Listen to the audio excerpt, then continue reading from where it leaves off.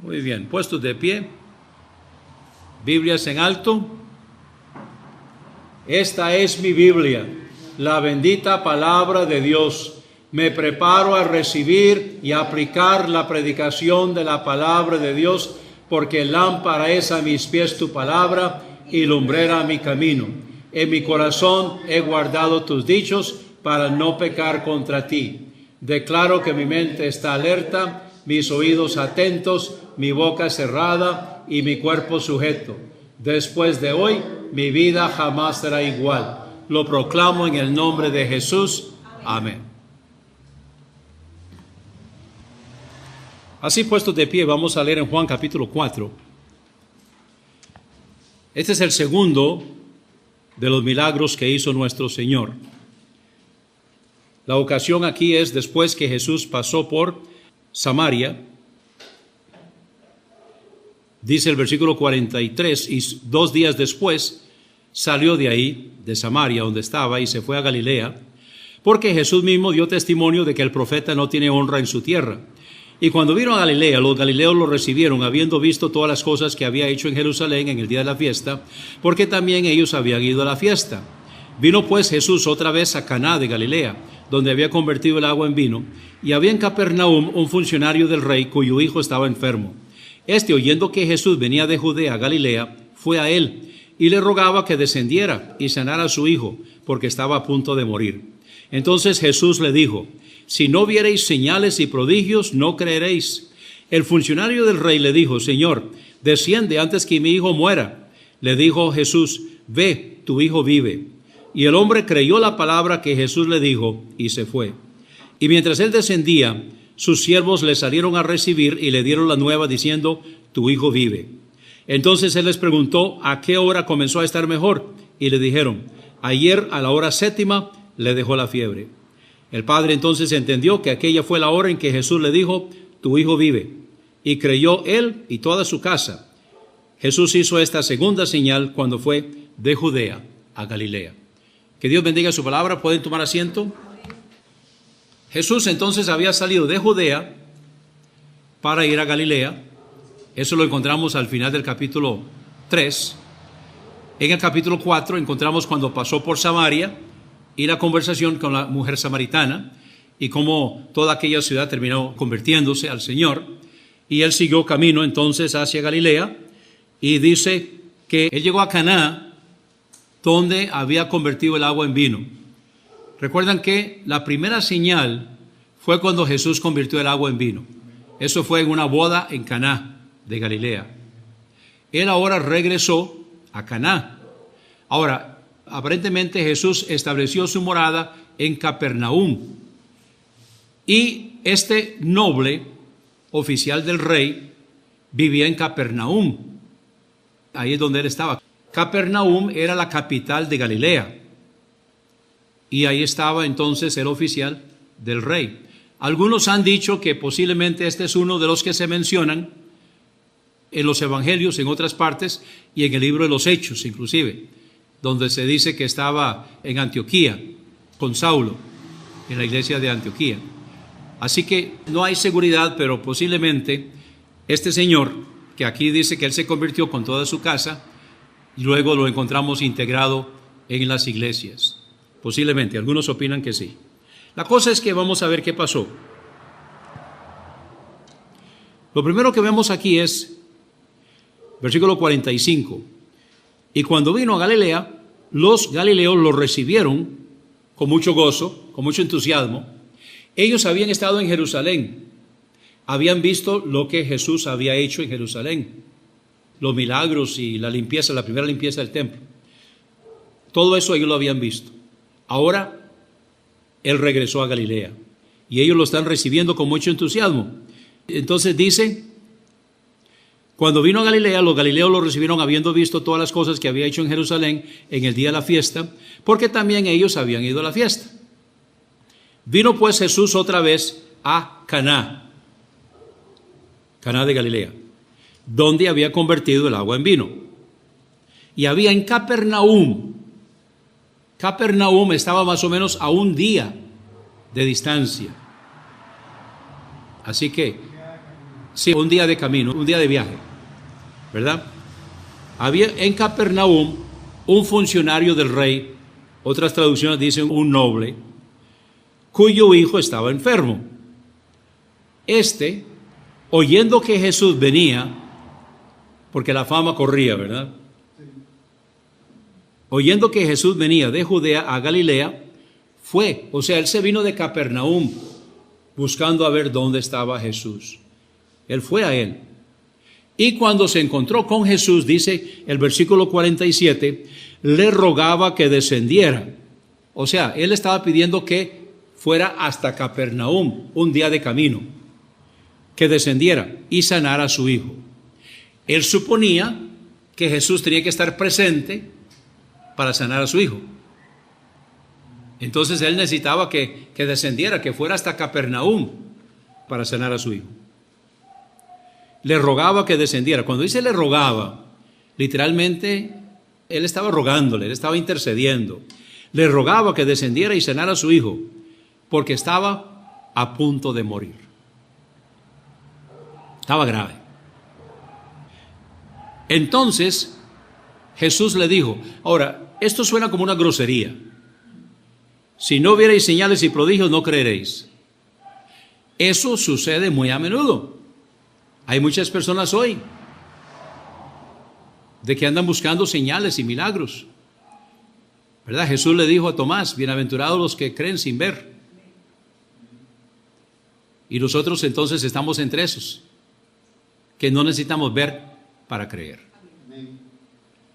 Entonces Jesús le dijo eso. Suena como una grosería, pero también puede ser para probarlo. A ver hasta dónde iba a llegar. A ver si él iba a seguir insistiendo. Si no viereis señales y prodigios, no creeréis. El funcionario del rey le dijo, Señor, desciende antes que mi hijo muera. Ya me imagino el tono en que se lo está implorando, en que se lo está pidiendo. Pero él le está pidiendo, desciende. Él está pidiendo a Jesús, camina un día de camino. Desciende a Capernaum. ¿Por qué desciende? Bueno, Capernaum era un eje. Estaba cerca del mar de Galilea y era un eje de donde se movilizaba todo alrededor. O sea, quien se movilizaba alrededor del mar de Galilea tenía que pasar por Capernaum. Entonces él está diciendo, desciende antes que mi hijo muera. Pero no hacía falta. Vea lo que dice Jesús, versículo 50. Le dijo Jesús, ve, tu hijo vive. Ahora, este hombre pudo haber quedado discutiendo con Jesús. Pudo haberle dicho, Señor, por favor, desciende. Yo sé que es un día de camino. Yo sé que es incómodo. Pero por favor, desciende. Y seguir insistiendo. Pero cuando Jesús le dijo, ve, tu hijo vive, lo que dice es, y el hombre creyó la palabra. Ahí está la clave. Y el hombre creyó la palabra que Jesús le dijo. Y se fue. Tranquilo. Creyó, Jesús le dijo, ve, tu hijo vive. Y entendió. Él estaba esperando que Jesús fuera. Pero Jesús le dio la palabra, ve, tu hijo vive. Y él creyó. Y eso es lo que hace falta hoy, hermanos. Nosotros tenemos que creer. Tenemos que creer en la palabra de Dios. A veces nosotros leemos la palabra de Dios, pero no la creemos. No la aplicamos. El problema de tantos cristianos inmaduros es porque no están creyendo, no están aplicando la palabra de Dios. El primer problema es que no están leyendo la Biblia. La inmensa mayoría de los creyentes no leen la Biblia. Y lo segundo, leen la Biblia, pero no la están aplicando. A través de los años de ministerio, yo he conocido mucha gente que se pasa leyendo la Biblia, pero no crecen, no maduran. Están llenos de resentimiento, están llenos de rencor, a veces de envidia, de chismes, de problemas, y se pasan leyendo la Biblia. Entonces, evidentemente, no están creyendo, no están aplicando la palabra de Dios. No están aplicando la limpieza. Recuerda el pasaje que leímos en la escuela dominical. La palabra de Dios limpia. hay que aplicarla, hay que creerla. Este noble creyó y nosotros necesitamos creer. Ahora, cuando yo digo que necesitamos creer y aceptar para nosotros la palabra que es para nosotros. Porque hay palabra que no es para nosotros, ¿verdad? Dios le dijo a Adán y Eva que se multiplicaran y crecieran. También se lo dijo a Noé. Así que hoy, si usted no tiene 20 hijos, no está desobedeciendo a Dios, ¿verdad? Eso fue para ellos. También Dios le dijo a Noé que se construyera un arca. Entonces el hecho de que usted se llame Noé no significa que usted vaya a construir un arca. Pero hay gente que cree eso. Hay gente que cree que toda la palabra de Dios es para ellos. Y se la aplican. Muchas promesas que son para Israel. Dios le dijo a Moisés y luego se lo dijo a Josué, donde pisare tu pie es tuyo. Y la gente entonces hoy vienen y se van ahí a la avenida central y se van ahí por el parque central y dicen, reclamo esto en el nombre del Señor, porque la palabra de Dios dice que donde pisare mi pie es mío. Por favor. Una cosa es que Dios le dijo a Josué que donde él estaba entrando a la tierra que había sido prometida a Abraham, que la iba a ir poseyendo. Y otra cosa es que nosotros entonces vamos a reclamar que donde nosotros andamos caminando, porque ahí está la promesa, sí, pero ¿a quién fue la promesa? No fue para usted ni para mí, fue para Josué conquistando la tierra prometida. Entonces cuando decimos crea, sí, crea lo que la palabra de Dios dice para usted y para mí. Apropiémonos las promesas que son para nosotros, ¿verdad? Ahora, hay algunas promesas que no fueron para nosotros, pero que sí podemos aplicarlas. Por ejemplo, Dios le dijo a Josué, mira que te mando que te esfuerces y seas valiente. No temas ni desmayes, porque yo estaré contigo. Bueno, yo creo que podemos aplicarnos eso. Y significa que debemos ponerle para hacerlo.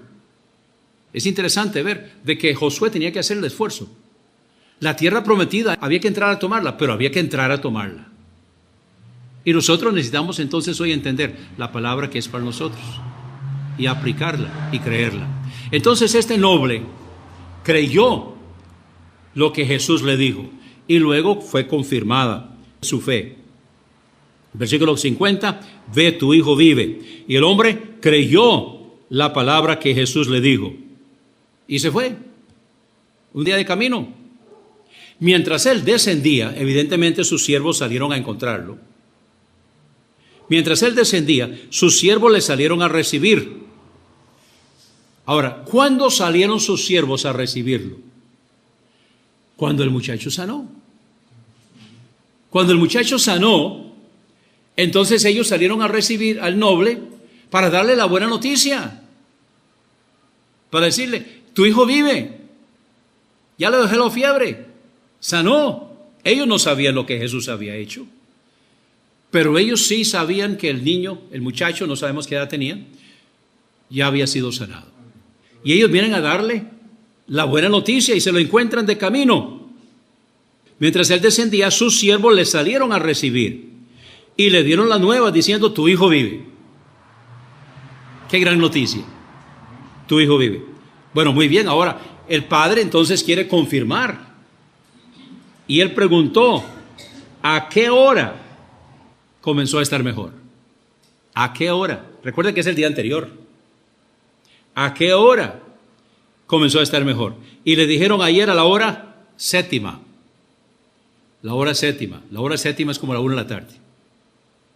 Entonces ayer a la hora séptima le dejó la fiebre. El padre entonces entendió que aquella fue la hora en que Jesús le dijo, tu hijo vive. O sea, cuando Jesús dio la palabra, inmediatamente el hijo se sanó. Estaba a un día de distancia. Él todavía no lo sabía. Pero la palabra de Jesús se aplicó allá donde estaba el muchacho. Jesús no tuvo que ir. Solamente que él dijera, recordemos que la palabra de Jesús es la misma palabra que creó el universo. Es la misma palabra que creó cuando Él habló. De hecho, toda la creación fue hecha con la palabra de Jesús, ¿verdad? En su forma preencarnada, el verbo. Lo único que no se hizo con la palabra fue el hombre. Él tomó del barro y formó al hombre. Pero todo lo demás de la creación, Él habló y se hizo. Ahora entonces, el Hijo de Dios habló. El Padre entonces entendió que aquella fue la hora en que Jesús le dijo, tu Hijo vive. Y creyó Él y toda su casa. ¿Por qué? Porque en ese entonces eran necesarias las señales. En ese entonces era necesario que pudieran ver que este es Jesús, el Hijo de Dios. Él hacía señales, hacía milagros con el propósito de demostrar quién era Él. Hoy nosotros no necesitamos eso. Jesús se lo dijo a Tomás. Bienaventurados los que creen sin ver. Porque Tomás fue el que dijo, ¿verdad? Si no lo viere y no meto la mano ahí en el hueco del costado y en los huecos de las manos, no voy a creer. Bueno, no hizo falta. Cuando ya lo vio, creyó, pero entonces Jesús le dijo, bienaventurados los que creen sin ver. Nosotros hoy no necesitamos milagros para creer, porque nosotros creemos el testimonio de la palabra de Dios. Nosotros creemos que Jesús hizo eso en el tiempo que era necesario hacer señales y milagros para demostrar quién era Él. Y luego, por inspiración del Espíritu Santo, ellos escribieron, transcribieron todas estas cosas para que nosotros las tengamos. De hecho, Juan dice, casi terminando su libro, Jesús hizo un montón de otras cosas, dice, tantas que no cabrían en los libros. Pero estas se han escrito para que creáis que Jesús es el Hijo de Dios. Y para que creyendo tengáis vida eterna. Así que estas están escritas para nosotros hoy, como testimonio. No necesitamos ver milagros, señales. Ahora, yo creo que Jesús sana hoy, pero no existe el don de sanidad. Oramos para si es la voluntad del Señor, Él va a sanar. Pero en realidad, y me lo dijo un médico, toda sanidad es sanidad de Dios. Porque hay muchísimas enfermedades y hay muchísimas medicinas. Y el hecho de poder diagnosticar correctamente y mandar el medicamento correcto y que haga la función que necesita hacer, es de parte de Dios. Y Dios es el que tiene que guiar y que tiene que hacer. Y nosotros oramos que sea conforme a la voluntad del Señor. Entonces dice el versículo 53, creyó Él y toda su casa. Y luego termina el relato Juan. Jesús hizo esta segunda señal cuando fue de Judea a Galilea. Así que todo esto nosotros lo tenemos para que podamos ver y creer. Ver lo que Jesús hizo, ver lo que los apóstoles hicieron. Y leyendo la palabra de Dios podamos creer. Termino con esto. Necesitamos leer la palabra de Dios. Necesitamos aplicar la palabra de Dios. Necesitamos creer la palabra de Dios. Porque eso nos va a edificar, eso nos va a enseñar, vamos a poder crecer, vamos a poder madurar. Teniendo la palabra de Dios como nuestro espejo, porque la palabra de Dios nos dice cómo es que Dios nos ve. ¿Cómo sé yo cómo Dios me ve? Leyendo su palabra. Es el espejo. Me dice cómo es que Dios me ve. ¿Cómo ando yo? ¿Cómo estoy? Leyendo la palabra de Dios. Y el Espíritu Santo, a través de lo que Juan menciona en la primera epístola, la unción, entonces tenemos la aplicación, la aclaración y la aplicación de la palabra de Dios. Y dice en 1 Juan capítulo 2, versículos 20 y 27, de que nosotros tenemos la unción. Somos creyentes, somos salvos, tenemos la unción. Y esa unción está aplicando su palabra a nuestras vidas para que podamos entenderla y aplicarla. Puestos de pie. Gracias, Señor, por tu palabra. Gracias porque en ella encontramos todo lo que necesitamos para esta vida y para el más allá. Y pedimos ahora, Señor, que tú nos ayudes a entenderla y a aplicarla. Que podamos honrarte y glorificarte en nuestras vidas. Pedimos, Señor, que nos ayudes a meternos más en tu palabra y permitir, Señor, que el Espíritu Santo pueda aplicar la palabra a nuestras vidas y que podamos entenderla y aplicarla y creerla para tu honra y para tu gloria. Gracias, Señor, por tu palabra. Gracias porque estamos pudiendo entenderla y aplicarla en nuestras vidas y que oremos los unos por los otros. En el nombre de Jesús. Amén.